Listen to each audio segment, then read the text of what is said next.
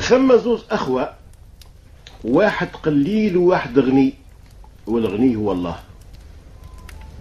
هاك القليل عنده مزيش أولاد، والنهار كله هو واحد في قوتهم ويهز في ساق تغرق ساق. ساعة ساعة يمشي لخوه لكن مبسوط، يا خويا عاوني، يا خويا راني في أشد التعب، البارح الوليدات بلا عشاء. يقول له ربي سخر، وعمره ما حن عليه ومد له حتى صور دي بشربة ماء، ما يعرف إلا كلمة ربي سخر. وهو لو كان الخوه ينفع خوه ما يندب حد على أبوه، حتى طفت في الهم على قلبه هاك المسكين. قال بربي هذا وين نكلم ويقول لي ربي سخر؟ هذا ربي سخر وينه زعما؟ وخليقة ولا صنيعة؟ وبنادم ولا زاوية؟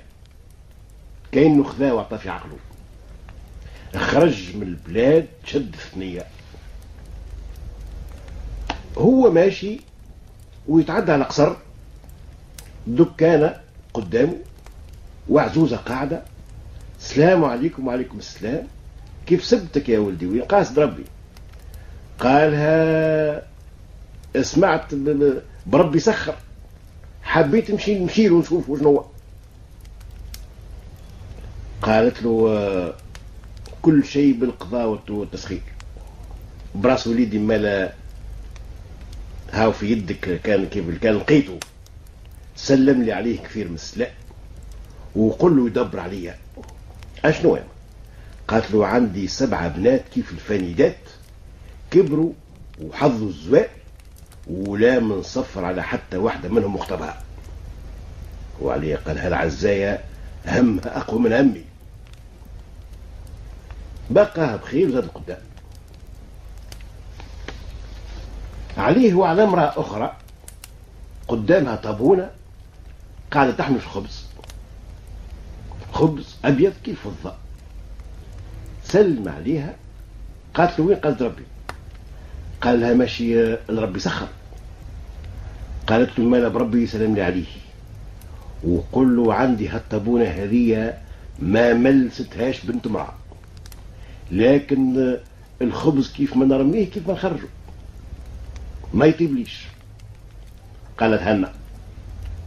بقى بخير زاد على قدام، يلقى نخلة راسها مكبش في قرون السحاب كما يقولوا. سلم عليها، قالت له وين ماشي يا ولدي؟ قالها ربي سخر.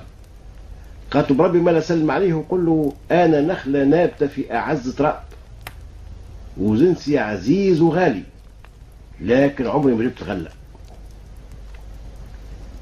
زاد قدام، يلقى راجل في يده قفص فيه عصفور. قالوا انا كثر علي الخير وما عدتش لاقي ايش نعمل بيه، انشد شنو هالنازله هذه. قال مليح.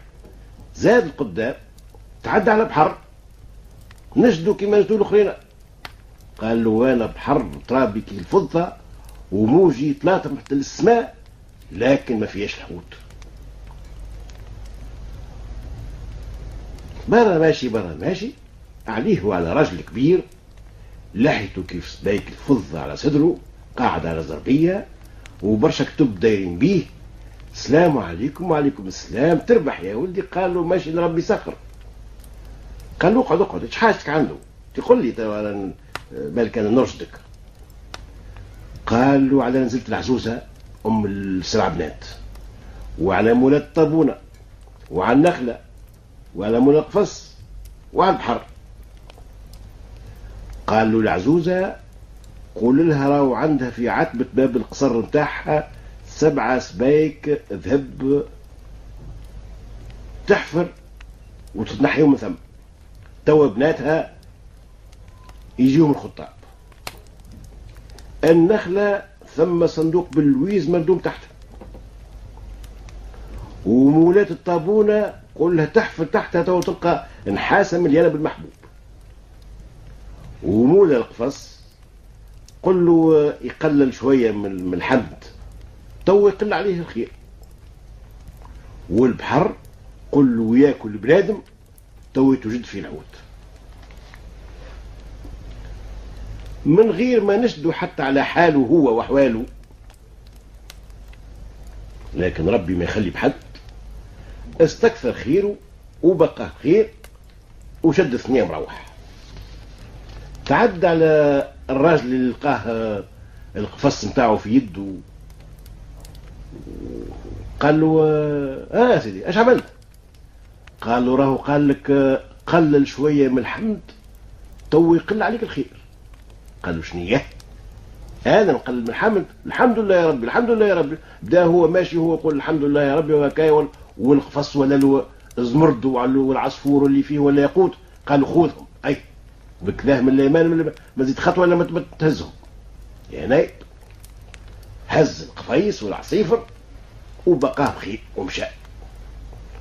وصل للقصر يلقى العزوزه، قالها يا بنتي راهو ما يتخطبوا بنياتك الا ما تخرج هيك 7 سبايك ذهب اللي مردومين تحت باب القصر. دخلت تجري خرجت له فاس وقالت له اي وليدي عاوني. بدا يحفر معاها حتى طلعوا هيك 7 سبايك ذهب. قالت له خذهم حرام عليا احلى عليك وانا مش مخصوصه. هزهم ومشى. تعدى على النخله، قالها على صندوق اللويز اللي مردوم تحتها. قالت له احفر. احفر طلع الصندوق، قالت له خذه.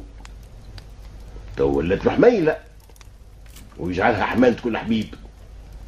اتعدى على مولاة الطابونة، قالت له احفر معايا احفر خرج نحاسة المحبوب. قالت له خذها از. روح لبلاده يكركر فيها الخيرات، ادخل في الليل بالسرقة للبلاد، وصل للخربة نتاعو. اجا يا مرا شوف منين هالخير؟ قال لها من عند ربي، من ربي سخر. من غدوك اشراه هاك الخربات اللي دايرين بالخربة نتاعو، وصبح الهدادة تهد والبناية تبني. بنا كما تقول انت 50 ولا 60 برطمان حطهم للكراء، وبنا ليه دار عزيزة غالية، هبط الموبيليا، جاب الزرابي الدوزان التحايف وعمرها وسكن هو ومرته ووليداته، وعمل بيرو ليه، وبيرو حط فيه كاتب يقبض في الكراوات وهو قاعد بيز بانو. جاء العيد، ليلة العيد مرت خوه قالت لخدمها اجبد صاع كسكسي كشكارة وبطرف زيت دردي، وبرا امشي يديهم لك المغبونة سلفتي. غدوة عيد يلقاو اولادها ما يلحسوا. خرجت لك الخادم بقفتها، وصلت الحومة بتاع خو سيدها. هذه الزنقة مش هذه شنية؟ هذه بقعة الدار. قال تدخل نشوف قبل. حطت قفتها تحت حيط ودخلت، تلقى المرأة تترشق صياغة والبسات وهلولة. عسلامة يا دادة هالخطا سعيد. قالت لها جيت نزور في لله، مش تقول لهاش جبت لك ساعة كسي كشكارة ونصف زيت دردي. اي فرحت بها المرأة، ترشقت القلص، جبت لها قصة حرير قرن فلفل على ذوقها هي، اعطتها كيس 500 محبوب وقالت لها سلم على اللاك. روحت الاخرى فمها طاقة، يا لله قالت لها شوف سلفتك اش عطاتني، وراهي في خير وخمير ودار وموبيليا والباسيات وصياغات وخدم. على كل حال هاوك عرف قدامك. الاخرى مشات تجي لرجلها، قوم قالت له يا سيدي شوف خوك اش عنده زاد. قالت له خو شوف. شاف منين هذا؟ قالت له برا شوف نعرف عليك. امشى ما عرف لا النهج لا الزنقه لا الدار، قعد ينشد من حد لحد وين يدار سي فلان حتى وصلوه. خويا قال له بالبركه تنين هذا؟ قال له ربي سخر ربي سخر نتاعك. قال له وريني منين جبت هالخير الكل. قال له برا يا خويا اللي عندك يكفيك، تاكل بالمغرفه وما يوفاش. قال له شيء لازم لم تديني، والدنيا ما يشبح منها حد، واللي عنده يبدا كالب عليها اكثر من اللي ما عندوش. يقعد لك يجي جمعة من زمان وهو حارفه النهار الكل والليل الكل ماشي جاي عليه اديني معاك. حتى قالوا لي حيان ديك ركبوا شدوا ثنية تعدوا على القصر، لقاو العزوزة قاعدة. السلام عليكم. وعليكم السلام. اشني احوالك يا ابني؟ قالت له في خير ونعمة ونحمدوه ونشكره، يرحم من ولده من ربه. البنيات عطيتهم الكل وتهنيت عليهم، اللي خذات قايد واللي خذات وزير واللي خذات القاضي الى اخره. تعداوا على مولات الطابونة، لقاوها تحمي في خبز تخرج فيه كيلو ذهب. قالت استنى نحميلك حمية وهزة فيه معاك عوين ثنية. حمات لهم خبزات رماهم في شكارته وزدوا على قدام. تعداوا على النخلة يلقاوها مهندلة عراجن دقلة النور كيف سبايك الذهب. قالت له اطلع قص عرجون. قص عرجون زاد له قدام. يلقاو الراجل مولى القفص، يلقاوه كيف العادة يحمد في ربي. قال لهم بنيت الجوامع المدارس، جهزت البنات القلال، طهرت ولاد يتامى، عملت تكية، عمرت على طلبة العلم. الخير نهار كله هو دز عليا. زادوا قدام حتى وصلوا للبحر. تشبيك قالوا يا سيدي اللي وصاوك الكل قلت لهم وانا ما عطيتنيش مغيوب الخبر. قال له سامحني نسيت كي تعديت. انا راهو قال لك كول بنادم تو يولي تجد فيك الحوت. قال له عاد ما ثماش ما خير من هاك السيد الطماع اللي في جنبك. وخرجت موجة حشل فتو وجابته في ريق البحر. اش مش يعمل خوه؟ وقف صلى عليه صلاة الجنازة، بكى غرد وما مشى على نفسه روح لبلادو. حبر ما وصل مشى خبر مرض خوه، شهقت فرد شهقة طلعت روحها. وما عندهمش اولاد، زادوا خينا ورثت الملمة ولي ثم.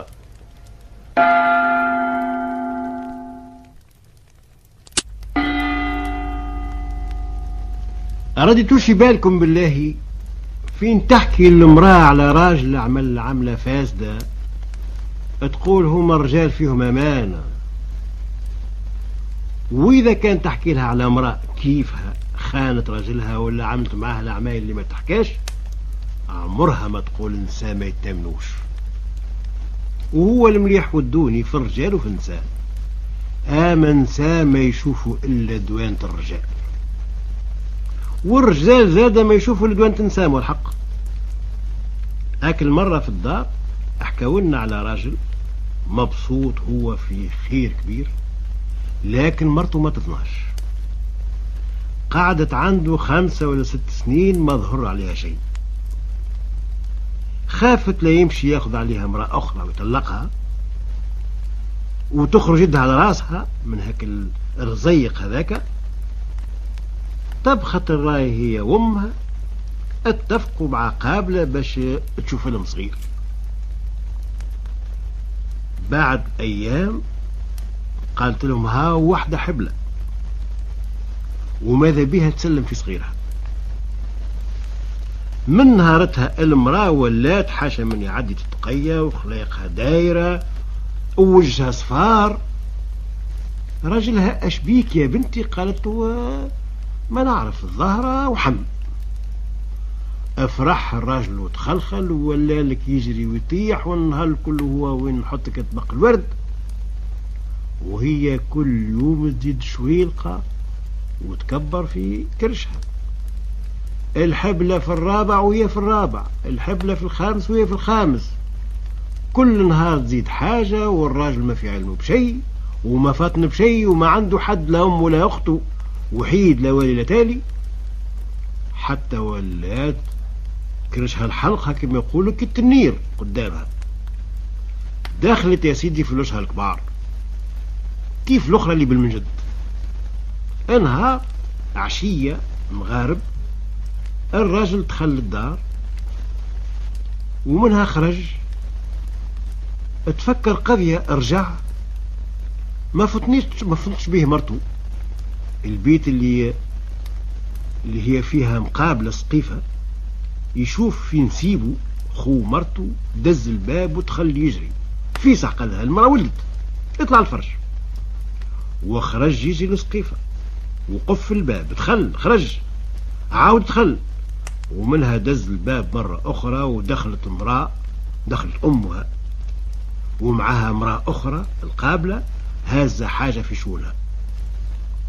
أمها من وسط الدار صاحت يا رسول الله، ودخلوا البيت قامت الأخرى الصيحة. فهم الراجل شنيا النزة تو، نقز للسقيفة وعمل نفسه حل باب الدار ودخل. اش بيكم اش ثم ولا باس؟ خرجت له العزوزة قالت له اقعد ما تدخلش، مرتك بالحس راهي. يا سيدي قام صغاريته شنو قالوا ليد، ادخل باسها ما بين عينيها وخرج مش يقضي ما يلزم عاديك.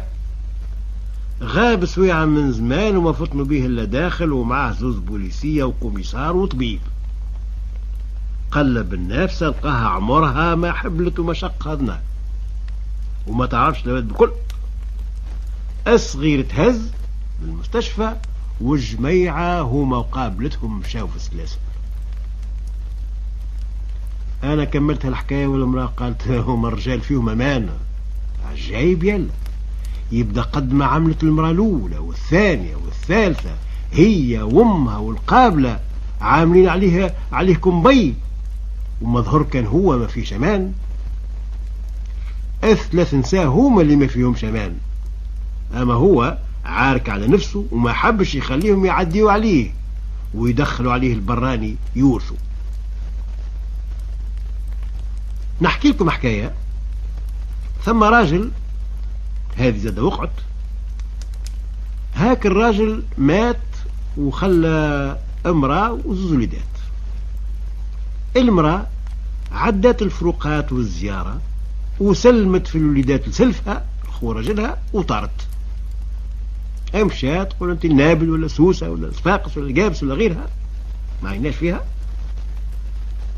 تعدى العام الاول الثاني الثالث السابع الثامن، حط بها الزمان روحت.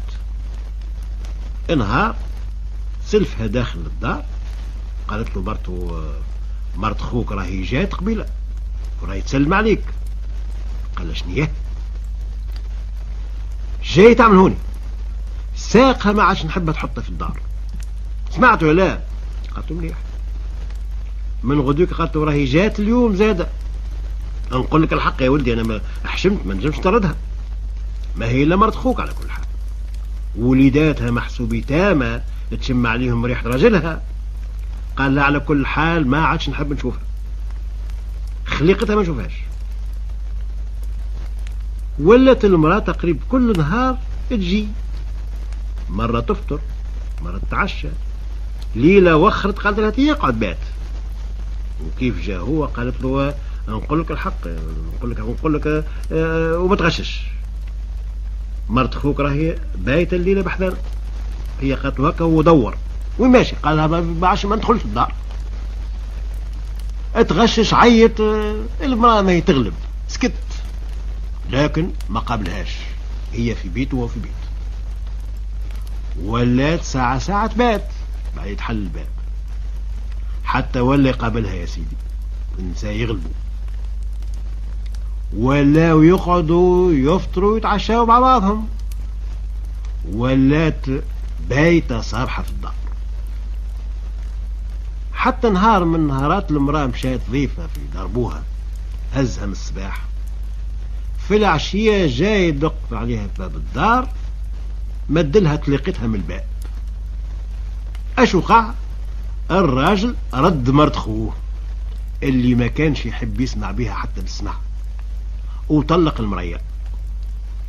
قد ما عملت معاها المليح وربت لها اولادها ووكلتها وشربتها وما حبتش تطردها وعاركت عليها ولحلحت، باش كفاتها طيشتها وصبحت هي في بيتها في فرشها، والاخرى خرجت بيدها على راسها.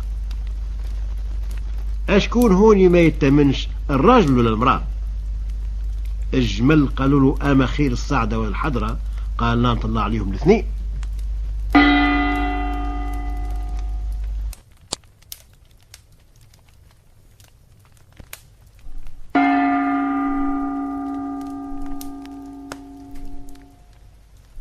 يحكيوا على 3 أخوة،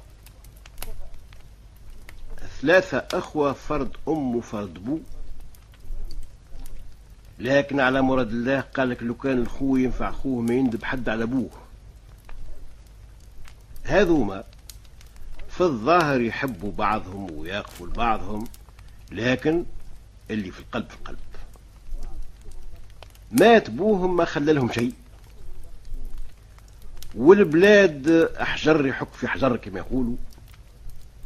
ظهر لهم يسافروا لبلاد أخرى، وبولك ربي واسع وما أوسع منه لرحمته.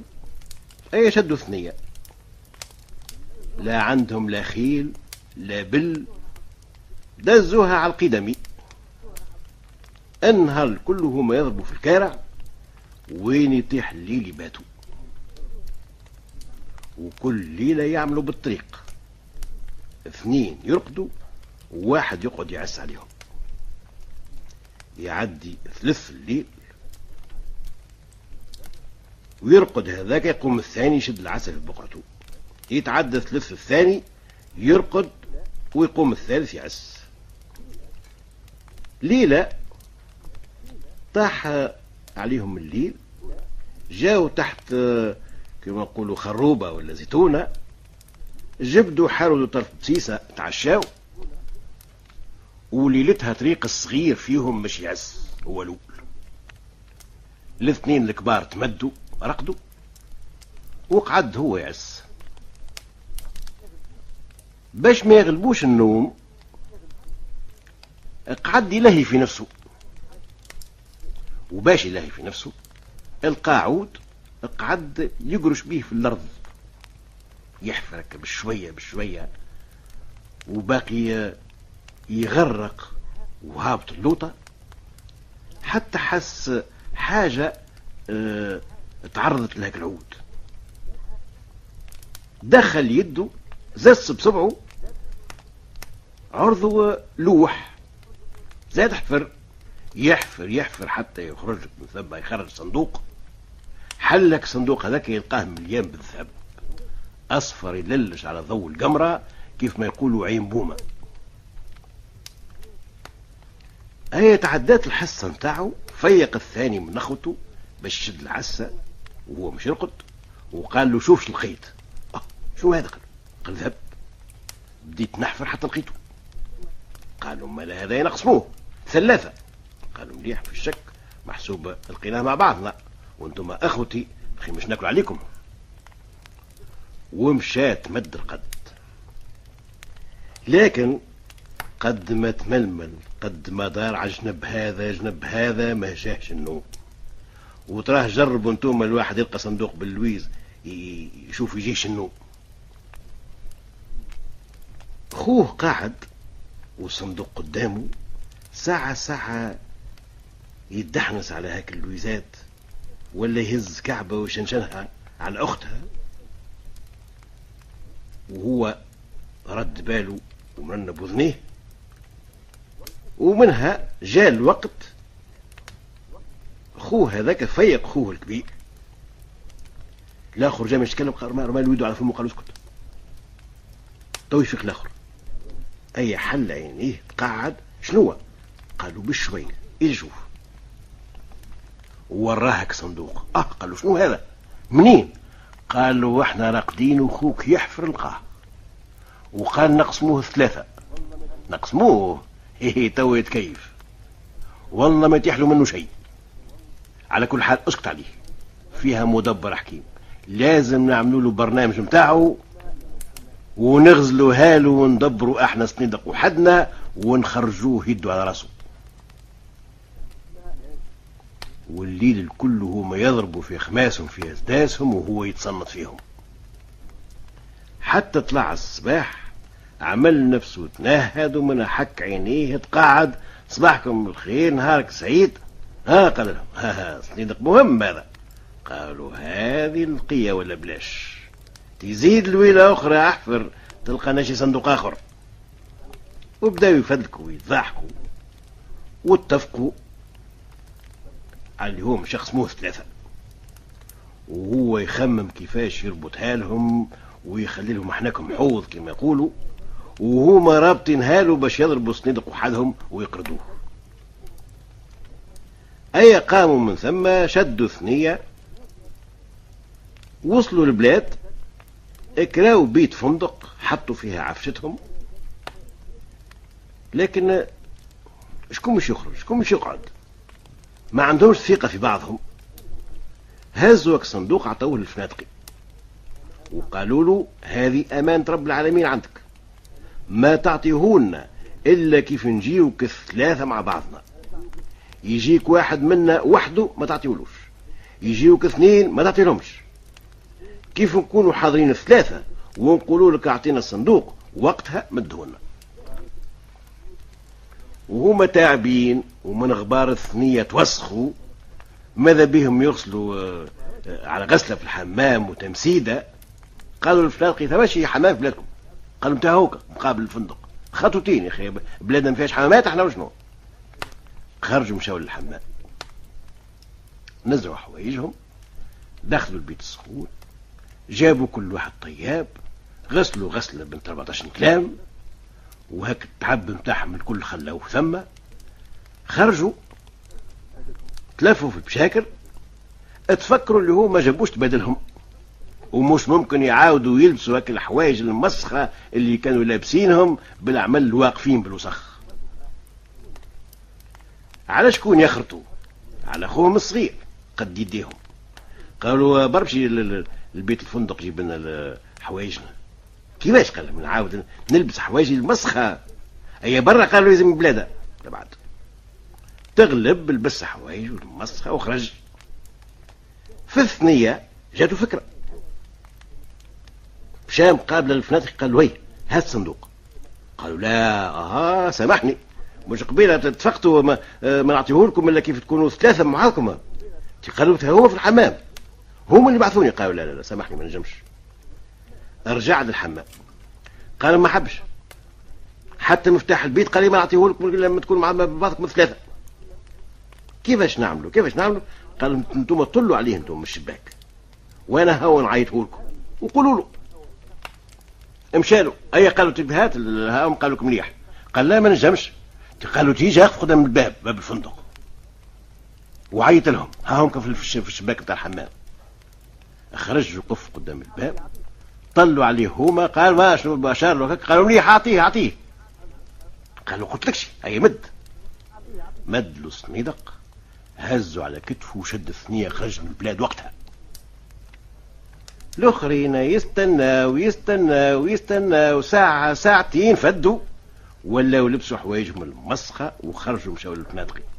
تي وين متبادل؟ قال وين اللد؟ قال لهم اما تبادل، ما حب ياخذ الصندوق وما حبيتش نعطيه له، وانتم طليتوا عليه من الشباك نتاع الحمام وقلتوا لي اعطيه. شنية؟ عريت لنا روسنا، الصندوق منك يخلق. انا قال ندبر روسكم يا ولدي، اخروا في بعضكم. قالوا شيء اي معنى الحاكم. مشاو دعوة متلازمة للحاكم، احكاوا له حكايتهم وجاوب الفنادقي. قال الحاكم انت يا ولدي اللي خطيت، مش جاو وقفوا قدامك الثلاثة وقالوا لك مدنا صندوق. قالوا لا يا سيدي، هما من الشباك قلت لهم هاو اخوكم يحب ياخذوا، قالوا لي اعطيه.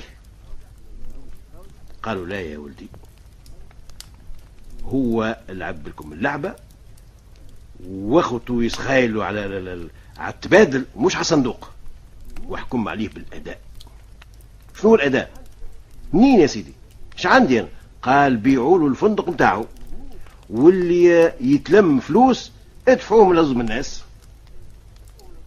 من غدوك احضر الدلال، جاو العدول، تلمت الناس وبدا الدلال يدلل، وهاك الفنادقي حاط يده على خده. متعدي رجل كبير، قالوا اش بيك يا فلان؟ تشنيه الناس اللي واقفين واللي يدلل؟ قالوا شوق ما بيا يا بابا، راهو ما ها مجرالي ومجرالي. قالوا صار هذه هي اي يقوم معايا. والثنية الكل هو يوصي فيه. كيف وصلوا للمحكمة ادخل، قال يا سيدي تعالش تبيع لي في رزقي، انا عملت بربي، انا متفق مع 3 اخوة الصندوق ما نسلمه لهم الا كيف يبداو حاضرين الثلاثة. ايه قالوا الصندوق هو موجود ما عندهم مشاره، ما عليهم الا يجيو الثلاثة ياخذوا رزقهم. قال الحاكم معقول يجيبوهم. جاوز اخوة قال لهم انتم متفقين مع هالفنادقي هذايا ما يسلم لكم الصندوق الا كيف تحضروا 3 ماو. قالوا نعم سيدي. قال لهم ما لا صندوق هاو حاضر. قال لك يجيبوا اخوكم الثالث وخذوا متاعكم. ما لقاو ما يقولوا، اخوهم مشى. ما قال لهم اخرجوا عليه برا انت الفندق يا ولدي. والراجل رزيقه ما تباعش، والولد ضرب الصندوق وحده، وهاك الزويز اللي كانوا رابطينها له خرجوا يمصوا في ريقهم.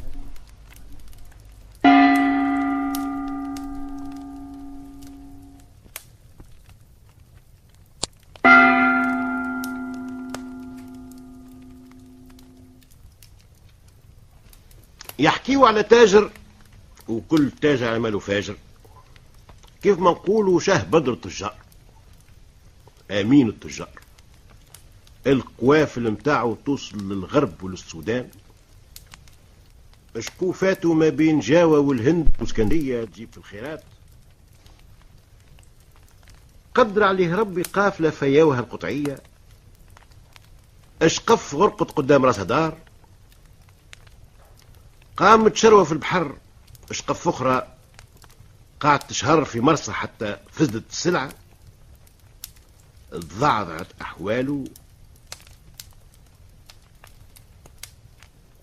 واصبح من حال لحال، وسبحان مبدل الأحوال. كثرت عليه المداينية وبدا بيع هذه بيع هذه بيع هذه حتى وقف. وربي ينجينا وينجيكم من تقلبات الزمان إلا بالخير. سكر لحوينته وعنده بقية سلعة تفيت فات، هز حطهم في الدار وقعد على نفسه. قليل رب العالمين حط في قلبه افسد دمه امرض مات. خلى وليد، هاك الوليد هذاك يقرا في كتاب، ولد فقير يتيم، والله لا يتمنى ولاد منكم صغار. انهار واحد من ولاد الكتاب ختم، وابوه في خير عمل المتفرحات، واستاذن اولاد الكتاب الكل. هاك الولد هذاك عنده حويجات شق في الهمه كما يقولوا، مخبتهم له امه الايام الاعياد. انهارتها جاء ماشي يلبس هاك الحوايج، القى الصباط منقوب. يا امي قال لها صباطي منقوب. قالت له هذاك راهو فار نقبه. قال لها عاد فار ينقب الجلد، له صباط جبنة. قالت له الفار يعمل اكثر من هكا وليدي. اي لبس صباطه ومشى لهاك اللمه نتاع الاولاد، فطور ولعب وضحك وزهو وغناء وحكايات، وكل واحد حكى حكايه. قال لهم هو يا جماعه اليوم جراتي غريبه، شوفوا هالنقبه هذه اللي في صباطي، هذيك عمايل الفار. قامت عليه الضحكه، فار كيفاش ينقب الصباط، واحد قال ما يحوكش، الاخر قال يزي من بلوط، واحد قال دور بغافل، واحد قالوا فار بوطميره، هاك بوطميره هذاك ينجم ينقب صباط. قامت عليه التصفيقه بوطميره بوطميره بوطميره، وخرجت عليه الطلاعه. من نهارتها اولاد الكتاب ما عادوا يسميوه الا بوطميره. نهارتها روح لامه يبكي كيفاش الاولاد يكذبوه ويحشموه ويتفسخوا عليه. قالت لوليدي لو كان قالها ولد من اولاد المباسيط راهم صدقوه، اما انت وليدي يتيم وقليل، لو كان صدقوه اللي كذبوك. وعمره حد ما يقبل كلامك. وفي هالدنيا هذه الفقير ما أحسنش من السكات ليه، على خاطر ما عندوش حظ في الدنيا. قعدت هاك الكلمة هذيك تحفر في قلبه، يرقد بيها يقوم بها. وديما في الكتاب الأولاد ما مسمينه إلا بوتميرة، قوم يا بوتميرة، اقع يا بوتميرة، اجا يا بوتميرة. وهو عاطي للذل كارو، عارف حده يقدر جده كما يقولوا، وعاش من عرف قدره. ايا احفظ، اختم، تبرشن، كبر ولا رويجل.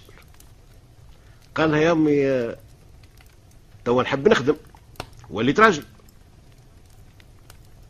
عندها كما نقولوا احدايد في يديها تبقاو من زمان الخير، ومستحفظة عليهم، تقول هذمك باش الكفن وباش نوصلوا لي لبقعتي. قالت له وليدي خذهم برا بيعهم وحل حانوت بوك وشوف اش تدبر بسلعة بحقها الطرف هذايا الصياغة، واللي يقصد باب ربي عمره ما يخيب.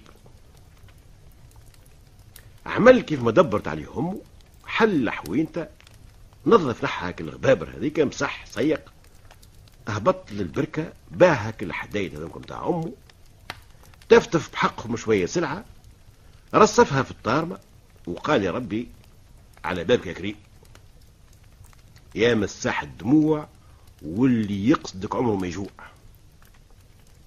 وبدالك يبيع ويشري، ومواظب ومستحفظ، والسين يغزل الحرير، والصدق والأمان، ومستقنع، والبيعة ما يسيبهاش لو كان ما فيها إلا صور دي ربح.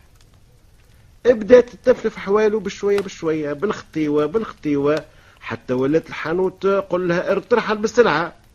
عمل صانع، عمل زو صناع، اشترى الحانوت اللي في جنبه دخلها حانوته، ولا تمغازة، ولا يبعث في القوافل، ولا يبعث في الشقوفات كيما كان المرحوم، ولا شاه بندر تجار. والماشي ليه والجاي ليه، وما تتباع بيعة إلا ما يشاوروه هو، وما يشريه التجار إلا بعد ما يشري هو ويتززأ، كيف ما كان المرحوم لهي التومي في بطوار، ولا سي فلان ولا سيدي فلان. وأكابر البلاد يتزاحموا ويعملوا في ديدات وسويقات أشكون اللي يسعدوا الحظ ويخطبوا في بنته. وبالطبيعة كلمة بوتميرة هذيك ما عادش تجبد، ونساوها الناس واحفظها التاريخ. والدراهم درهموني ولا اسمي يذكر، لكن هو باقي مش ناسيها الكلمة هذيك، وديما حتى بين عينيه ويقوم بها ويقعد بها. ونهار قال توا نحب ناقف على كلمة أمي. جاء عيد كيف ما نقولوا المولد ولا عذان الربيع، بعث لهاك الجماعة الكل اللي كانوا قراوا معاه في الكتاب، والكل رجال وكل واحد شنية صنعته. قال لهم راهو النهار الفلاني الحي راكم من ضيافي، نعديو النهار مع بعضنا في الثانية الفلانية. عنده ثانية كما نقولوا في منوبة ولا في غيرها، جنة على وجه الأرض، وفيها كل ما يقول فم ولسان. خلطوا هاك الجماعة عاري ولابس على خيولهم وعلى بغالهم، ويتزاحموا واعفس فيا ونعفس فيك، سي فلان عرف قدرهم واستاذنهم، وكل واحد يسعد ويفرحوا. اتلموا مع بعضهم دول شوف الثانية، قصوا النوار، ضحكوا لعبوا، جا وقت الفطور فطروا، اتنصبت المانجا متاع التاي ولا تفدلكات واشعار وابيات ونوادر وحكايات. قال يا جماعة قالوا نعم. كل واحد قرب كرسيه ورشق فيه عينيه باش يسمع بانتباه. قال هاك النهار جاني واحد عربي قال لي هاك العام كنت شريت مهراس من عند المرحوم والدك، ونهارتها عندي قضيات أخرين خلصته في حقه وخليته له عنده، قلت له تو نرجع لك نهزو، لكن نسيت ما رجعتلوش، ما زالش زعما هاك المهيرز. قال قلت له يا ولدي بابا عنده اليوم يجي 20 سنة ولا قداش من اللي توفى، سلعته ما قعدتش. قال لي عاد انا دفعت له فلوسي. قال قلت له ها ونعطيك حقه. قال لا نحب سلعتي تاعي. قال تفكرت اللي بابا وقت اللي بطل الخدمة اتبقات له قشيبشات هكا جاب حطهم في الداموس بتاع عندنا في الدار. قلت العربي تاعي معايا، جاء معايا دخلنا للدار، هبطنا للداموس بكل غبابر والحاجة فوقها اسبوع غبرة. فركست لقيت مهراز لوح، لكن فيه برشا نقب مخرب مشرف ماكل الفار. وعجب يا اخي الفار ياكل اللوح يا جماعة. قاموا هاك الجماعة الكل على فرد كلمة قالوا ايه يا سيدي ياكل الرخام مش اللوح، ياكل النحاس. قال لهم يا ولاد احمد يبدا هاك العام وقت اللي قلت لكم كلاش جلد ضحكتوا عليا وكذبتوني وسميتوني بوطميرة، واليوم الفار ولا ياكل الرخام. والحديث قياس اللي لاباس عليه كلامه المعوج الناس يسقموه ويقبلوه صحيح قاطع شك ومصواب، وهذاك هو الحقيقة، ويقدروه ويعظموه ويبداو يعاودوا في كلامه ويترثوا به، ويصير حديث النوادي والمجتمعات وتسير به الركبان. والقليل مسيكن كلمته المصوابة هذيك معوجة وما يسمعوا حد وما يتلفت له حد وما يصدقوا حد، وواحد ينظروا له بعين الاعتبار وواحد ينظروا له بعين الاحتقار.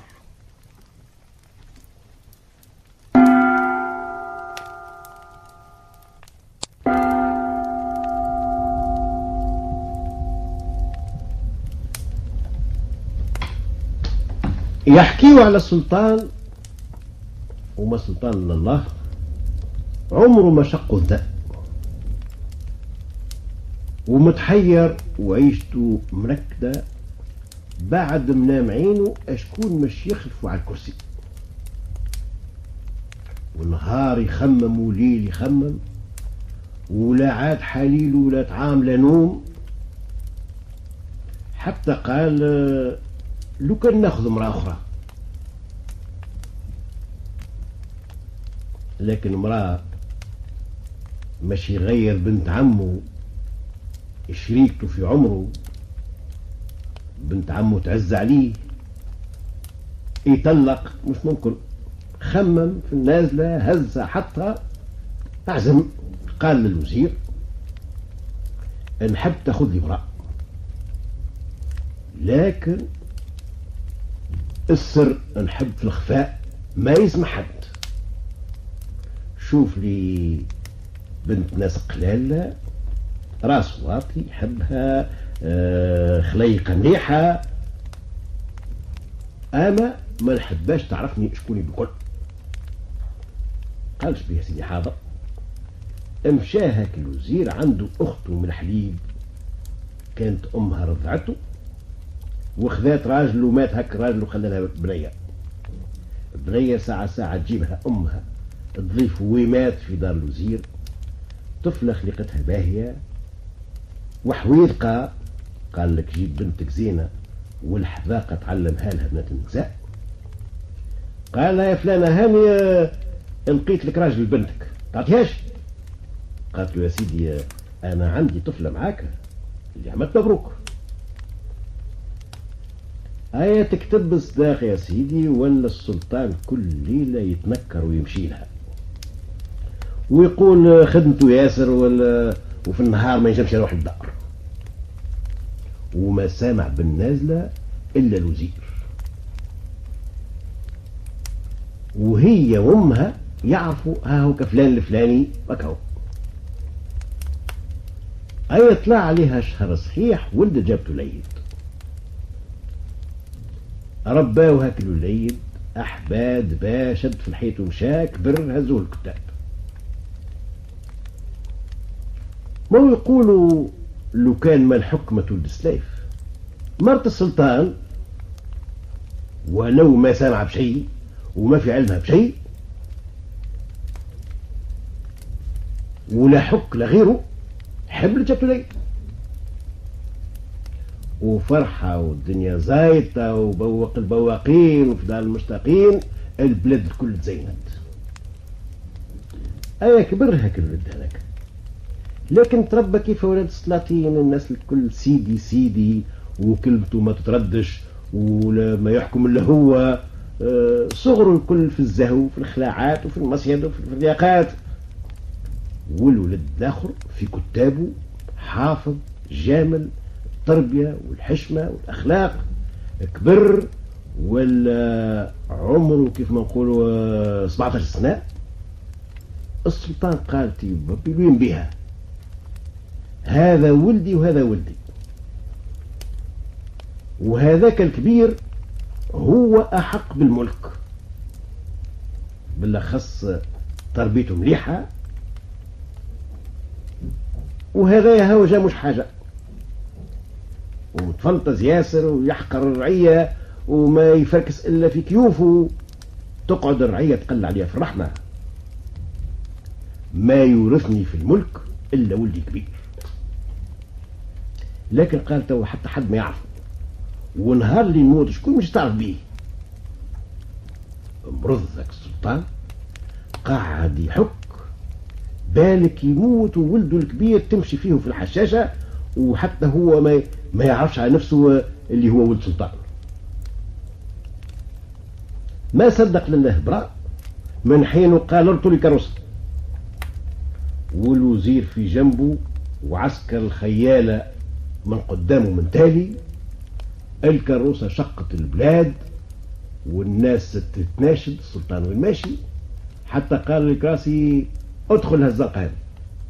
دخلت الكروسة جات قدام دار، قال وقفوني، هبط والوزير في جنبه، دز الباب دخل، المرأة تفرجعت شو هذا؟ قال لها انا راجلك انا السلطان. هما هكايا والولد جاي شاف الكروسة وشاف العسكر وباب دار شقق، دخل يلقى السلطان مصدر على كرسي في وسط الدار، وقف باهت.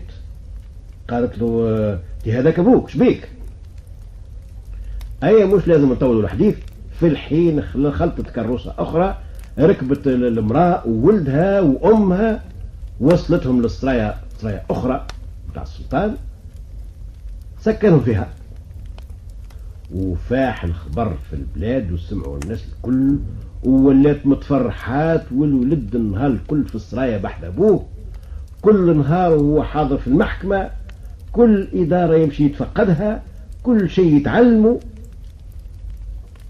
حتى مرض السلطان ناداله قال له اسمع، بعد منام عيني راهو انت اللي مش تقعد على كرسي، ونوصيك على اخوك صغير ومازال غشيم وطيش، نحبك ترد بالك عليه اكثر مما معينك باش نمشي متهني عليكم الاثنين.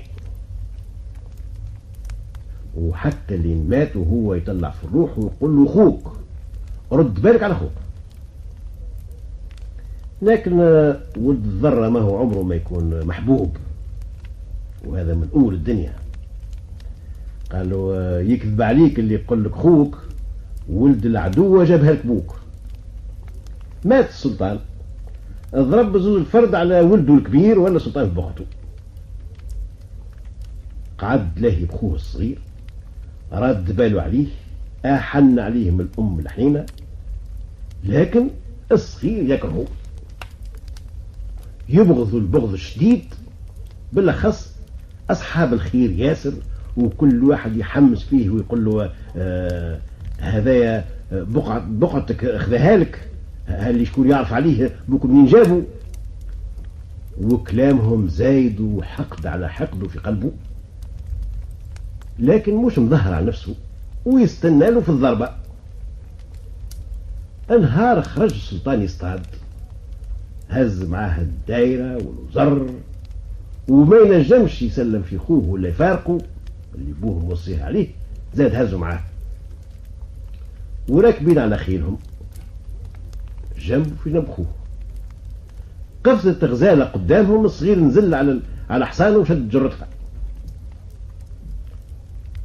مسيب الحصان نتاعه حتى غاب على الانظار.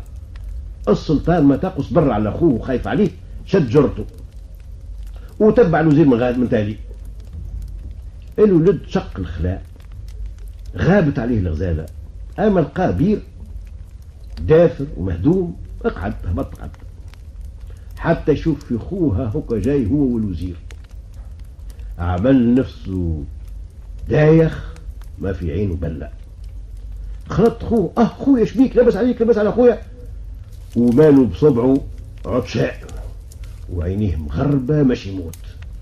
كيفاش نعملوا وماله بصبعه. قال له اهبط، كيف طلع لي طرف ماء.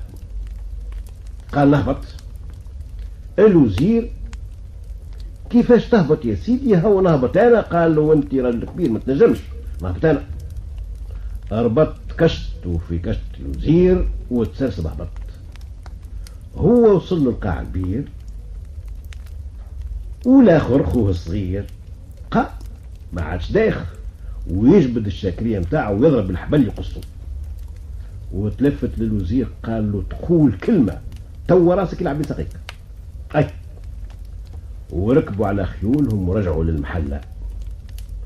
قال خويك له الصيت وما خلطنا عليه الا ما لقيناه ما تبقى منه شيء الا مراغه دم في القاعه. اسرايا روحوا في الحين ضرب عليه زوز الفرد، الله يوصل مصباح. طاح الليل، الوزير روح لداره، هاتوا العشاء، عباو الوسبت، اركب وركب معاه صيفه وناداو بالبير. سيدي قال نعم. شفت يا سيدي خوك اش عمل؟ قال شفت. قال له راهو، قال خويك له الصيت وراه ضرب عليه زوز الفرد وقعد على الكرسي وبقعتك. قال لا مرد الله. قالوا هو نهبطك العشاء، وانا راني مش نقول مريض وما عادش نخرج من الدار بالكل، ما نحبش نقعد وزير متاع واحد قتل ارواح كيف هذا، ونعود نبعث لك المونه مع الوصيف حتى شعب ربي. وبقوا بخير ومشاو. ولا هاك الوصيف كل نهار يحضروا له المونه ويركب يمشي يديها لسيدو، حتى فد السلطان وقال شنية العيشة هذه المرة، ليل مع نهار وانا في قعبير، مش نموت خير. لو كان يبعثوا لي طعام مسموم حاشا من يعدي تو نرتاح من العيشة. لكن شكون مش بعث؟ امه عمرها ترضع. اكتبت سيكرة للخادم اللي كانت رضعته، قالها اعمل مزية على وليدك رتحني من العذاب اللي انا فيه. ماك تعرفني نحب كما نقولوا طاجين المرسوق، اعمل لي طاجين من يديك الملاح وحط لي فيه كما نقولوا سكر الفأر، وما تقول لحد، وما ترضاش وليدك يقعد في العذاب والهانة والموت خيك. الخادم قرات هيك التذكرة هذيك، قالت انا عمري ما نعمل هالعملة. لكن كل نهار لوصيف وقت اللي يديروا الفطور يقول له قول لها قضيتي. النهار الاول الثاني الثالث ذيليه حتى ولات وسمعت الكلام وعملت اللي اذنها به. ولو كانها ام لحنينه عمرها ما كانت تعمل. السلطان خرج نهار يتفسح هو ودايرته، يشوف فيها الوصيف راكبه على حصان وهاز طبق على راسه مغطي بمكب، اخف قالوا وماشي. قال له مدي عشاء سيد المرحوم، ما هي الكبيرة كل نهار تعطيني العشاء نهزوا القلال والمساكين. قال شوف، هز المكب ضربته ريحة هيك الطاجين المرسوقة تهز عروس القلب. اذهب قالوا طلعوا السرايا، هذا مات من هاك الايام وبقي يبعثونه في العشاء نتاعو.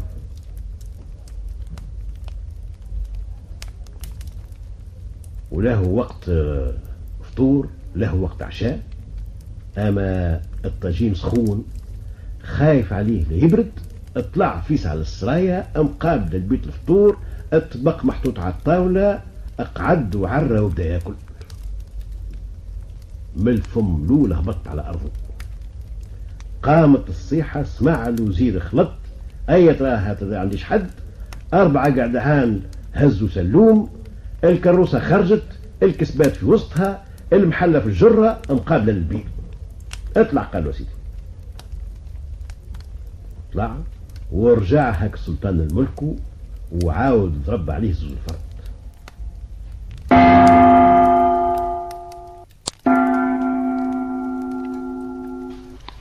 يحكيوا على امرأة عندها دويرة مخلفينها لها جدود، دار قديمة زمنية مهربشة ما فيها إلا بيت وحدة تسكن والبقية طايح، ساكنة فيها هي ورجلها. هاك الرجل هذاك خدمته ضعيفة. المرأة في علمها به ما يصور كل يوم إلا قوتهم تاعك النهار هذاك. واش من قوت؟ كل نهار يروح من الخدمة يجيب أخبيزة وقريط الزيتون، هاك اللي يصور. يقسم الخبزة ويقسم قرطاس الزيتون، وياخذ هو شطر ويعطيها شطر ويقعدوا ياكلوا. لكن كل نهار بعد ما ياكل بايو يجي يتك على الحيط ويقول لا من عباها.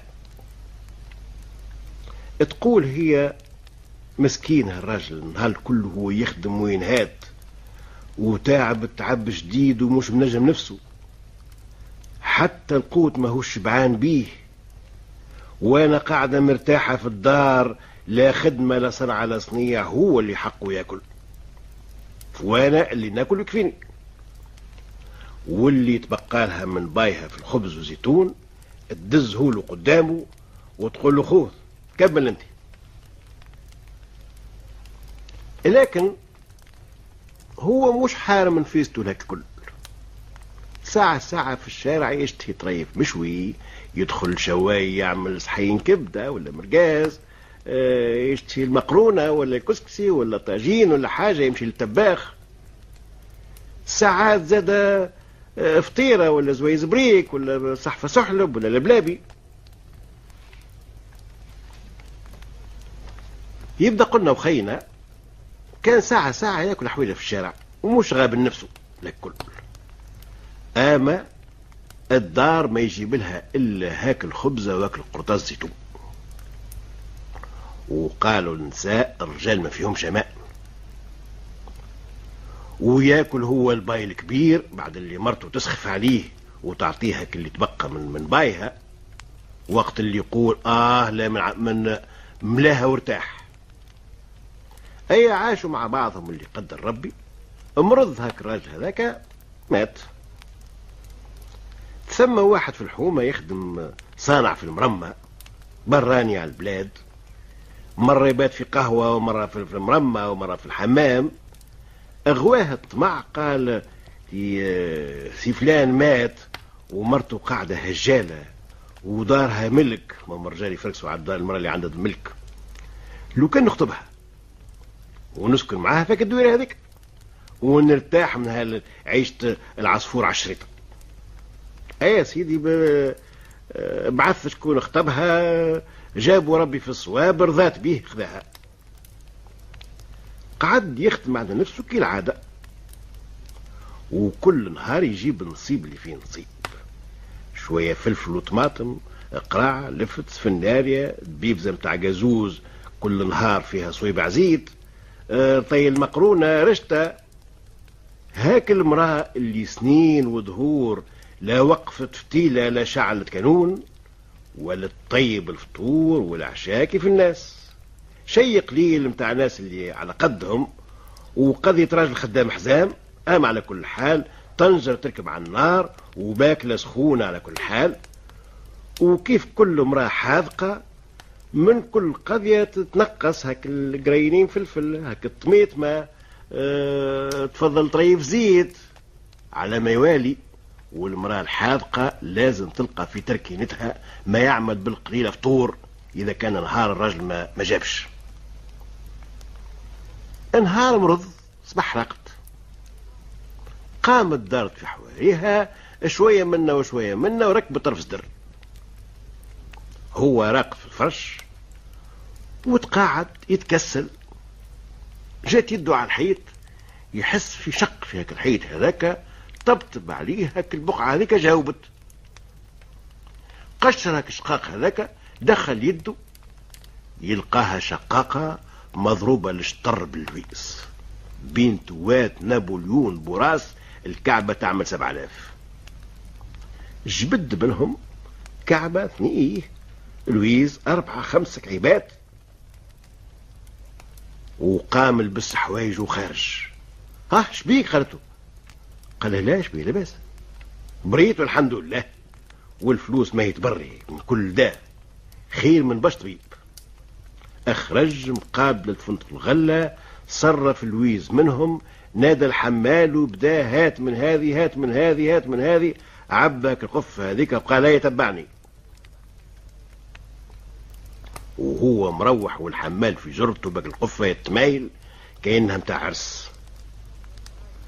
قال الغناي دزيت الباب برجلي، خرجت الباية تجري، اي قالها هبط عليها هاك الصدر اللي حطوا على النار ولوح الغادي، وشد دفرز هاك اللي في القفة وطلع معاها وهبط ووريني تصانيفك وخنارك. ما كانتش هي من العكسين، ولا لك القبقابي ترشق من ذي الدار لذي الدار، وهي تقص وتفوح وتشعر في الكوان وتغني. احضر الفطور عند لول، فطروا تنهنوا. في العشية خرج عمل دورة، مشى لبعض بازارات، اخذا قصيصات مهمين، دوزنها حمال زاد مروح معاه بالبقوات. وبدات لك تحل وتتفرج شيء اللي عمرها ما كانت تحلم به في الماء. من غدوك زاد قضية من المهمين. في الليل قال لها يتلحف، وش تمخت وين مشيو؟ قال لها السينما. ولاو عايشين في أرغد العيش، والمراه زادت 10 كيلو في جمعة من زمان، وهو يجبد من الشقاقة هذيك ويصرف. وكل مرة يزيد يزس مليح يلقى مازال لو كان ياكل كما قال الراجل بالمغرفة وما يوفاش. نهار هو قاعد في البيت وهي دخلت عليه، تلقاه متكي على الحيط ويقول لا من وفاها. مرة أخرى سمعته يقول فيها الكلمة هذه، مرة أخرى في مرة أخرى، حتى قالت بربي سامحني مش نجدك نشدة. قال نعم. قالت له كان المرحوم ديما نسمع فيه يبدأ يقول لا من عباها، وانت تقول لا من وفاها. تو هو فاهمته يحب يملك ريشته، كان قليل وديما جيعان، وانت كاتشك تحب تفاها ولا شنين غلبة؟ قال لها لا، تتخيل نفسك ذكية وتفهم، وانت ما فهمت شيء. هذاك ما كانش يحب يملك رشه، اما اجا نوريك اش كان يحب يبلى. وقام وراها الشقاقة هذه، وجبد كمشة لويز منها صبها قدامها فجحها بها. قال له هو كان مخبي عليك السر هذايا ويكنز ويقول يا قلت الصحة، وطالب على ربي يملاها الشقاقة هذه زعما. وانا نتفكر العزوزة الله يرحمها كانت تقول يعطيك وليدي مال الله سعيد ودار الله بنيت، وهذه الدار وهذا المال. ووقت اللي دعات المرحومة كان باب العرش محلول، وراجلك الأولاني كان عساس على رزقه وحارمك وحارم نفسه، باش أنا اليوم نجي ونتمتع بيه ونمتعك انت زادا. والرزق اللي هو اليوم حلال علينا محلل، كان الله يرحمه حرام عليه.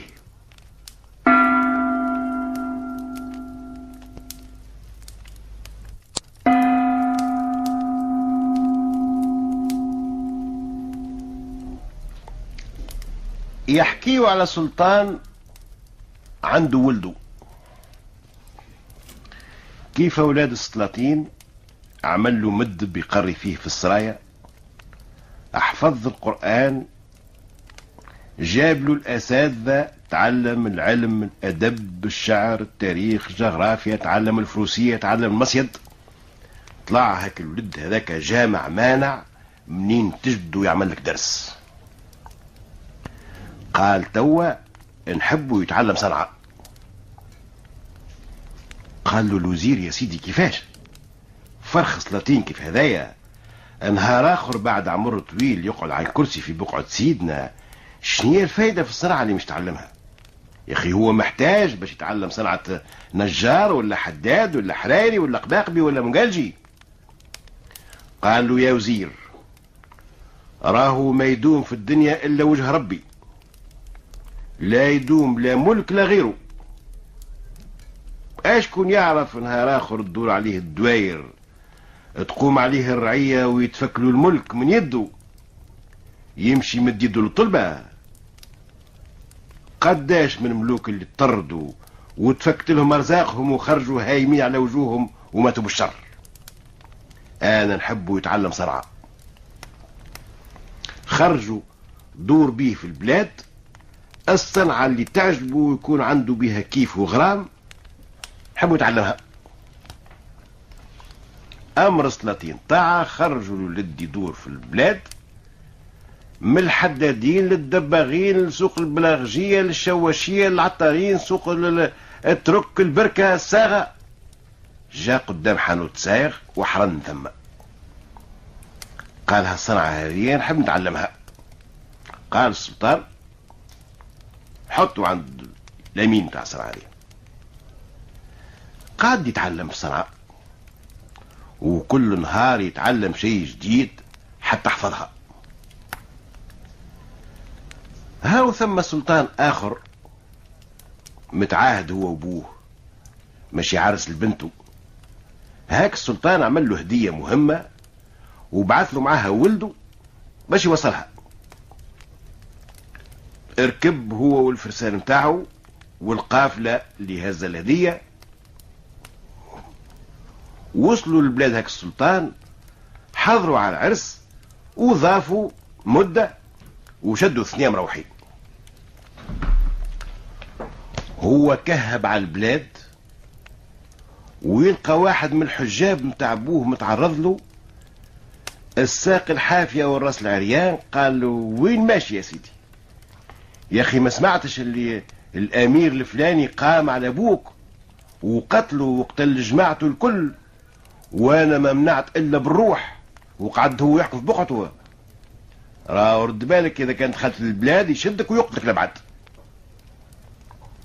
هاك الفرسان اللي كانوا مع الامير ومشاو معاه وجايين معاه وما سمعوا هالكلام هذايا وهم بداوا فر اللي هذا يسلم نفسه وشد ثنية، باعوه بيع البراء ومشاو اشكون يوصل الاولاني باش يقدم شواهد الاخلاص وفروض الطاعة للملك الجديد. والدنيا مع الواقف. الولد تلفت يمين تلفت يسارة يلقى نفسه وحده، حتى هاك اللي جاب خبره أهرب.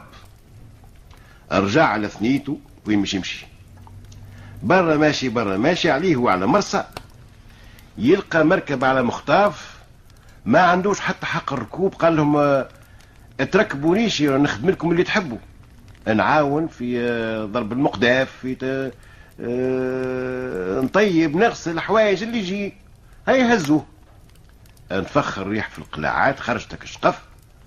بعد مدة رصات كما نقولوا على اسطنبول، اهبط بقاهم بخير ودخل يدور في البلاد، من نهج لنهج، من سوق لسوق، حتى وصل لسوق البركة بتاع هاك البلاد. وقف على فيترينا يتفرج، يخزل القطايع السياقة ويثبت، مرة يبعد ومرة يقرب، مرة يطبس، مرة يغمض عين ويحل العين باش يثبت مليح.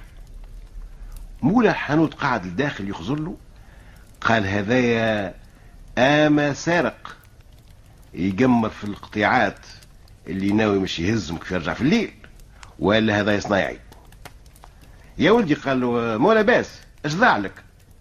قال له لا يا بابا ما ضاع لي شيء، نتفرج برك. قال له تعرف الصنعة؟ قال له ايه شوية. تخدم ملا؟ قال له اللي يعمل الخير ما يشاورش. دخلوا يخدم، وقال له هاو نعمل لك رويل في النهار وفطورك وعشاك من الدار، وهاو بنيك في المقصورة في الحانوت ارقد عليه في الليل. وقعدك الولد يخدم كل نهار يعطيه ريال، ويمشي هو بيدو للدار عند لول يجيب الفطور، ويمشي في الليل يجيب العشاء. يقعد على هاك المعدل كيف ما نقولوا 6 ولا 7 أشهر، ريال كل يوم والفطور والعشاء. اما محمصة ولا برغل ولا عجة، عمره فطور ولا عشاء ما جات فيه قديدة ولا طريف الحم ولا قطيعة حوت ولا حتى شيء. الملك متاع هاك البلاد عنده بنته يزهز فيها، جابوا له من الجملة فردة ديامونت من بر العجم. هاك الفردة هذيك فيها زنس خدمة وزنس تخريب وكيفية. قعدوا الملك والدايرة حالين فامهم فيها متعجبين في صنعتها، ويقلبوا من واحد لواحد ومن يد ليد، وإذا به طاحتك الفردة جات على 2. الطفلة تبكي والملك عرق الغضب نزل بين عينيه والناس الكل مفجوعين. قال له زير يا سيدي لهي شنين نازلة؟ تهاو نبعثوا للامين يصلحها. بعثوا جابوا لامين. لامين بيده هو بيده هاك اللي خدم في الولد. جاء قال له يا عارف تنجم تصلح الفردة هذه؟ خذاها لامين من عنده، قلب منا بشق فيها مليح، هزها من قالة حتى تكوك، لا فهمها لا قربة لا زقموت، لا عرفها كيفاش تبدا وكيفاش بتتم. صنعة اللي عمرها ما جات في يده، وخدمة اللي ما يعرفهاش بالكل. لكن مش يقول قدام الملك يقول له ما عرفهاش. قال له يا سيدي ايش بيه، امهلني حتى نعمل لها حسابها ونقول لك شو يلزمها. هزها وخرج حزين كزين. قال هذه مانيش مش نعرف منين مش ندور لها، وماشي يلعب لي الملك براسي ويقعدوا الولادات تتامى. هو ماشي في الثنية ويخمم، وبدا الشيطان يدور بيه وماشي يعمل على الهربة بكل من البلاد. مرة وصل للحانوت وجهه كيف الليمونة، وكأنه انزاد في عمره 50 سنة. الولد شافوا هالحالة هذه قالوا شبيك يا عارفي مو لاباس ما تقدرش. قال له شوف يا سيدي الملك شعاطيني باش نصلح له، كي هذه هي صنعة بلادنا احنا نعرفوها هذه، ما عرفهاش الصياغة هذه. قال له يا عارفي انا نعرفها هذه صنعة بلادي وكنت خدمت كيفها، هانا نصلحها لك. شنية؟ قالوا انت تصلحها؟ قالوا انا نصلحها، هاتها وتهنى. خلها له ومشى روح على نفسه. سكر لولد الحانوت وقعد ساهر عليها الليل الكل هو يخدم. في الصباح جاء المعلم قال له ها هي الفردة يا عارفي. خذاها من عنده طار وزهق بالفرحة، قلب من هوني ما عرفش حتى منين كانت مكسرة وتصلحت. في الحين قرطسها وطلع على السرايا قدمها للملك، قلبها هزها حطها، مشى يجري للشباك شافها خضر لها مليح بالضوء، جاب المراية المكبرة لا ثم لا تشعيرة لا بقعة تصليح لا لحمان لا حتى شيء. قال له الله الله عليك ما كلا أمين وسيد لمنا.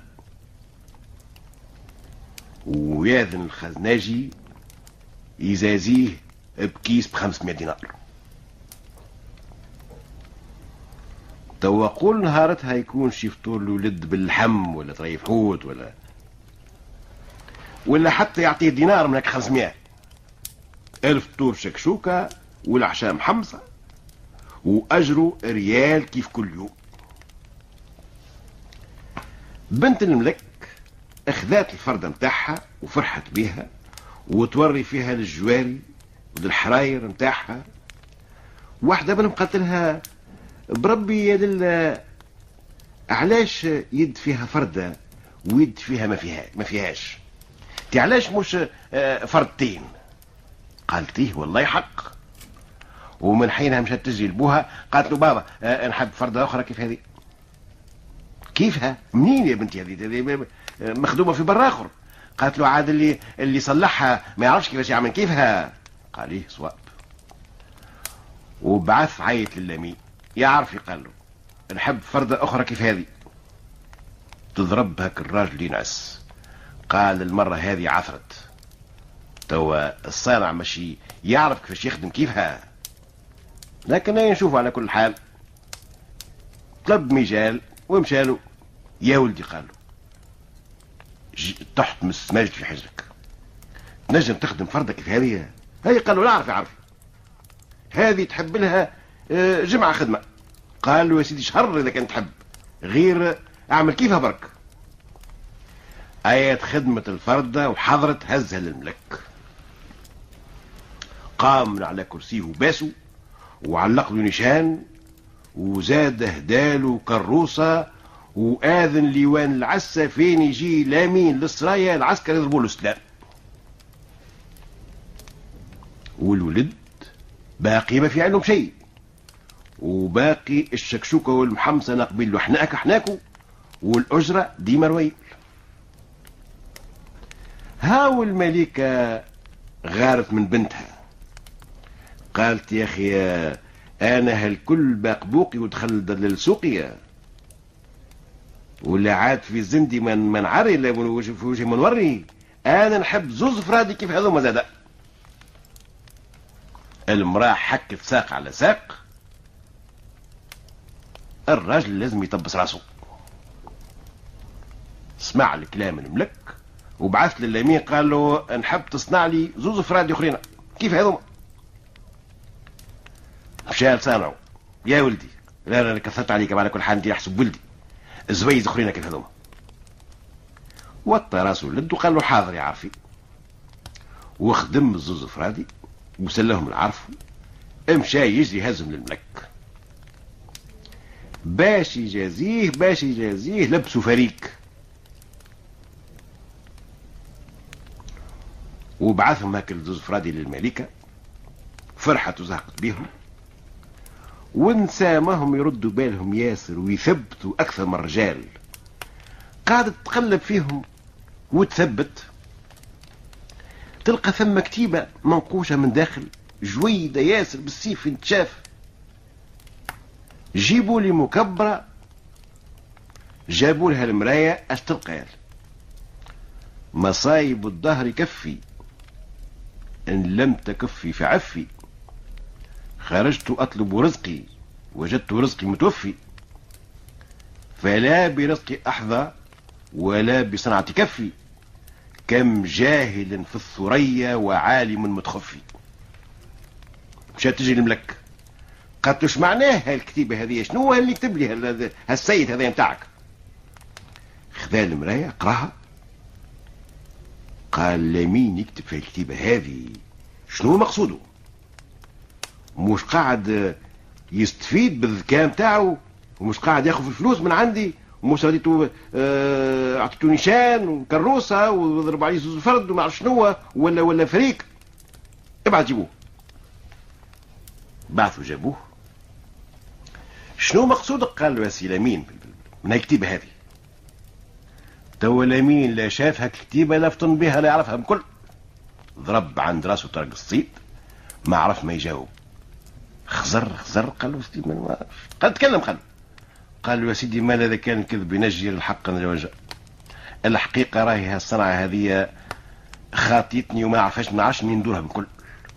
وعندي صانع راهو براني ما عرفش منين جاء، هو اللي يخدم في الخدمه هذه وهو اللي صلح الفرده الاولى وخدم الثانيه وزوز فرادي الاخرين بكل. قال اما لا هو اللي يستاهل يكون امين مش انت. وجاب الولد، ردوا امين واعطاه النشان نتاع عرفه والكروسه، وردوا هو الفريق وردوا من جلاسه. حتى ليله هما ساهرين، وتفكر نزلت الفرادي وهاك الكتيبه هذيك، قالوا بربي اش قصد منها وقتها؟ قالوا يا سيدي انا راهو ولد السلطان الفلاني. ايه؟ قالوا نعرف هذاك موقع هاك العام قاموا عليه وقتلوه. قالوا انا ولده، وزمانتها كنت غايب، كيف جيت لقيت نازل فصلت. ولا فرح به الملك واعطاه بنته واشترى في محكمته، وقال لك يوفى مال الجدين وتقعد سرعة الدين.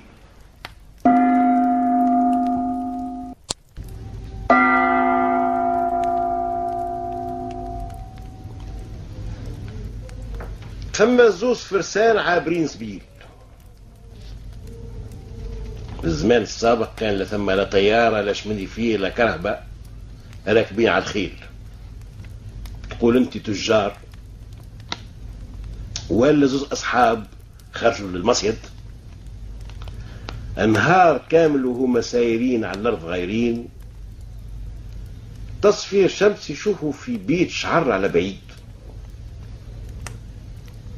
في هاك الوقت هذاك ما ثماش واحد يبات في الخلاء، لازم يدبر وين يبات، على خاطر الناس يخافوا في الليل. الانسان اذا كان منع من القطعية ما يمنعش من الهوش، الصيد نمر الى غيره. وتلقاه ولو حتى عند العصر القال عمار يقعد ثم يحبس يبات، ما عادش يزيد قدام، في النهار يعمل ربي. اي نداو بهاك البيت هذيك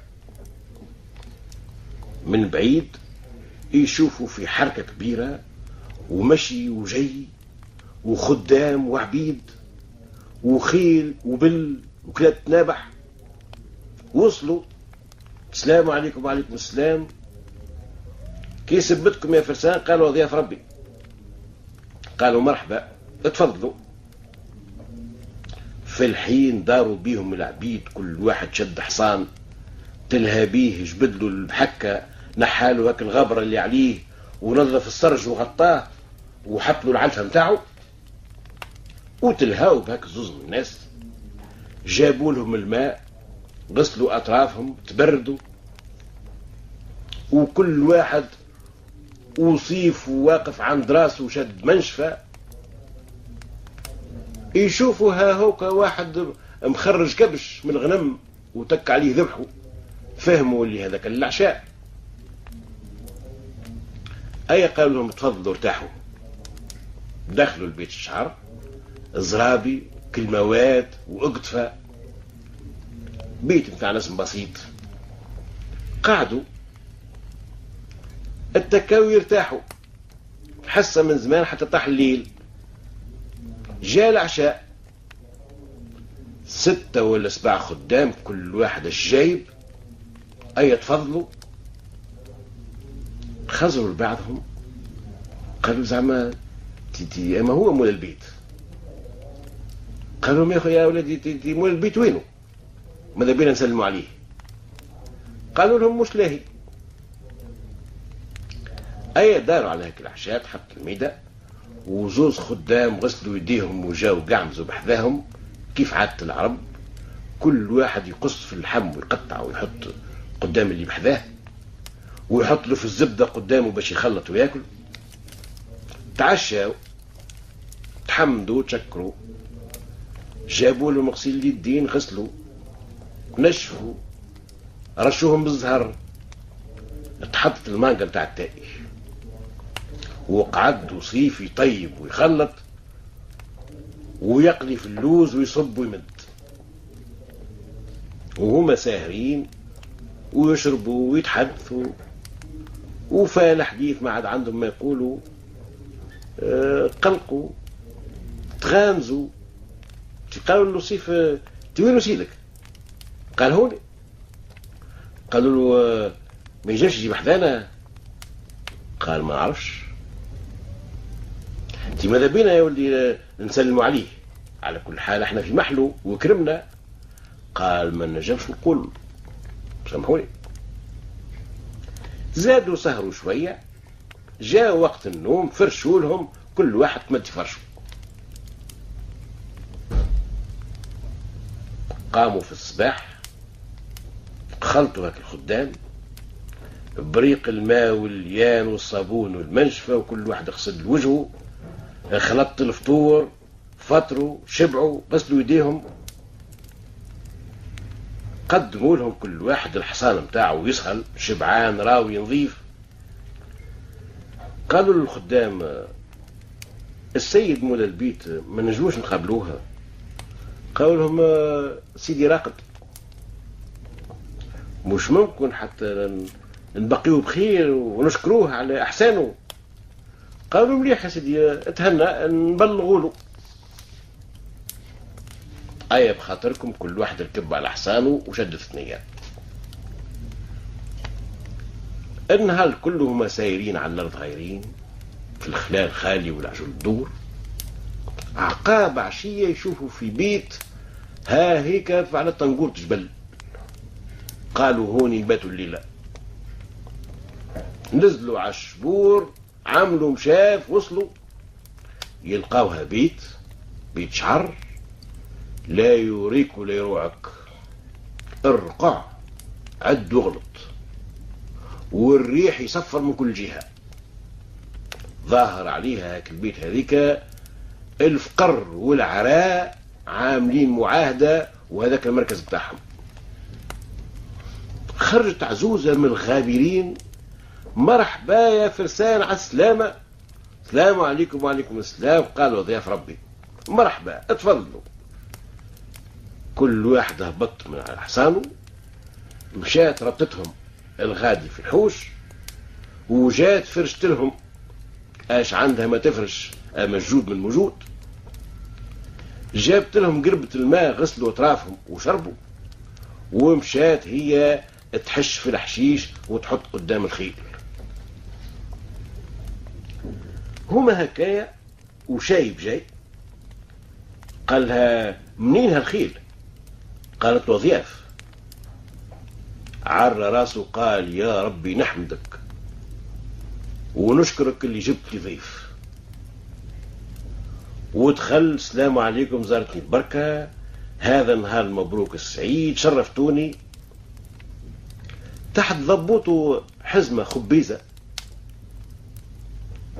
الخبيزة ما هيك الحشيشة اللي ثم ناس يطيبوها يعملوها طبيخة، لك القلال اللي ما عندهمش بشي والخضرة ينحيوا الخبيزة وين يلقاوها ويطيبوها.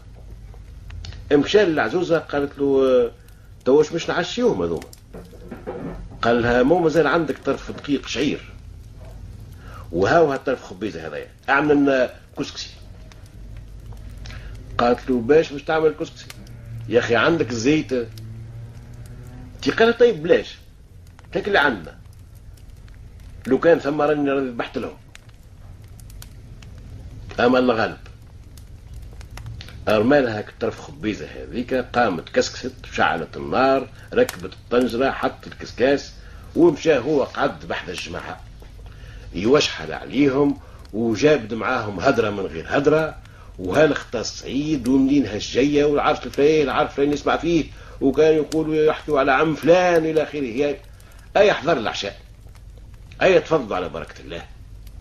كسكس شعير ثاعش وبالخبيزه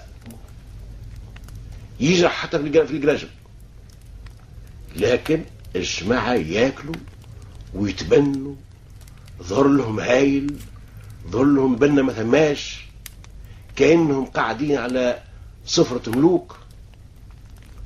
والحديث متاع هاك الشايب منسيهم في هاك الخبيزة وهاك الشعير. تعشاوا، تحمدوا، تشكروا، جاب لهم صب على يديهم غسلوا.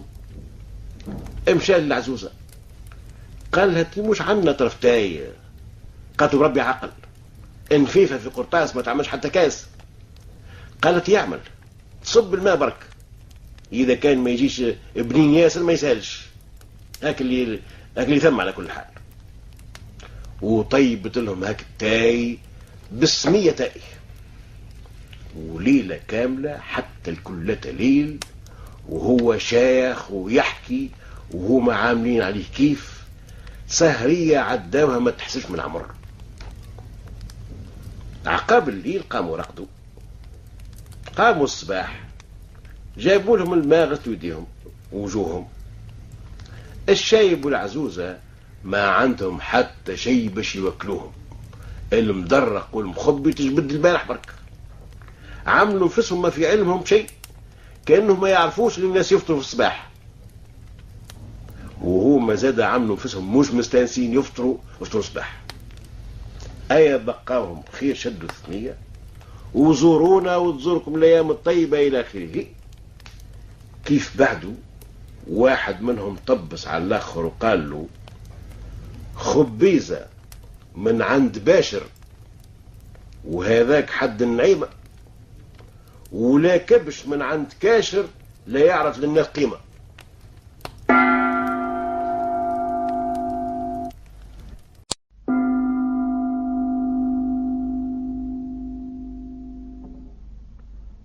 ثم سلطان وما سلطان إلا الله مكسبه فرد ولد، يحبوا ويعزوا معزة كبيرة حتى شيط على الوالدين الكل. ما ثماش في الدنيا أشكون يحب ابناه محبة مفرطة كيف هك ما هك السلطان يحب ولده.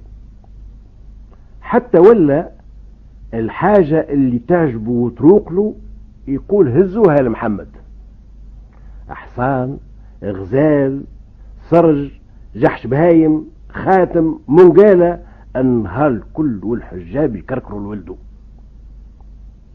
حتى ولا هيك الولد متقلق بوه كيف تعجبه الحاجة ويبعثها له من غير ما يعرفها مش تعجبه ولا ما تعجبوش. هو عمره في 60 وولده عمره 17، يسخيل نفسه فرد ذوق هو وياه، وهذه غلطة. كل من يكبر تلقى البو يبدأ يعارك في ولده ويقول له تش تخرج تعمل في الشارع، ما يتشاف، ما تلقاش مع شكون تقعد، ما تلقاش مع شكون تتحدث وتاخذ كلمة تعطي كلمة. وهو ما يلقاش مع شكون يتكلم على خاطر الجيل متاعه اللي مات واللي ما زال قاعد يقطر في ايامه ومريض وما عادش يخرج من الدار. والجيل متاع اليوم هذاك جيل ولده وما يعجبوش هو اما يعجب ولده. هذه الكبار ما يفهموهاش وما يرضخوش وما يذعنوش. ولد السلطان كان وقت اللي بوه يبعث له حاجة يمشي له ويبوس له يده ويشكره وما يظهرلوش اللي هاك الحاجة ذيك ما عجبتوش ولا ما جاتلوش. صادف مرة هاك السلطان مشى ضاف عند سلطان آخر قدم له بنته عجبته، قال له تعطيها ليش هذه لولدي؟ قالوا هنختار عليها. في الحين تكتب بالصداق بعد الضيافة ما روح إلا بيها. من قبل ما يوصل الركب للبلاد سي محمد اسمع اللي بوه خذاله عروسة وهاو جايبها له معاه. احزن وحط في قلبه لكنش مش يعمل امر السلاطين طاعة فيما يقولوا مبارك، وهذا بوه على كل حال، وطاعة الوالدين واجبة. وهو مسنس بوه عمره ما رد عليه حاجة وما يحبش ينكد بوه زاد. وعلى كل حال هو مازال ما شافش العروسة لعل تعجبه ويولموا مع بعضهم. اي خلطت الركب خرجت البلاد الكل ومتفرحات وفي زعية ومدفع يرزم. العروسة هبطوها في السرايا، من وقتها تنصب المحضر. في الليل تخلى على عروسته خزر لها ما عجبوش منظرها، كلمها ما عجبو منطقها، قال شنية هالشكيمة اللي جايبها لي بابا من بلاد البلاد؟ كلا دقته بالسكات وقعد على نفسه. احسب بعد عام اخر اخذاله بنت سلطان اخر، طلعت قال المصري ما اعكر من ده الا ده، وزاد اخذاله الثالثة. والولد ديما ساكت غام داه في رداه، لا قايل لا خير لا شر. حتى واحدة من زاهد 3 ما جاته على قرقوش قلب. تو هما 3 بلاد سلاطين، ما نظنش حتى واحدة منهم ما فيها ما يتشاف، اما هو ما جرت له حتى واحدة منهم. وهذه اذواق على كل حال. قداش من واحد يكون شباب يفدد ويكون ماخذ واحدة كرحة اللي خديمته تسوى منها 1000 وهو يحلف براسها وما يحلفش. وقداش من واحدة شقت السماء وهبطت كما يقولوا، وتكون ماخذة واحد اللي ما تدخلوش مشتاء وتقول لك مولا بيتي ما ثماش مثله في الدنيا. ولد السلطان عنده هاك 3 نساء حاجة زايدة في الدار، لا يدخل لهم لا يكلمهم لا يستعرف بهم، عامل بيت وحده ويجيبوا له فطور وحده وعشاه وحده. النهار من النهارات هو قاعد في البركون متاع بيته، وهاك البركون جاء مقابل دار متاع واحد تاجر، يشوف فيها الطفلة في البركون المقابل، هي بيدها هاك اللي قال عليها الشاعر تهيل وتميل وتخلي القلب عاشق وتليل.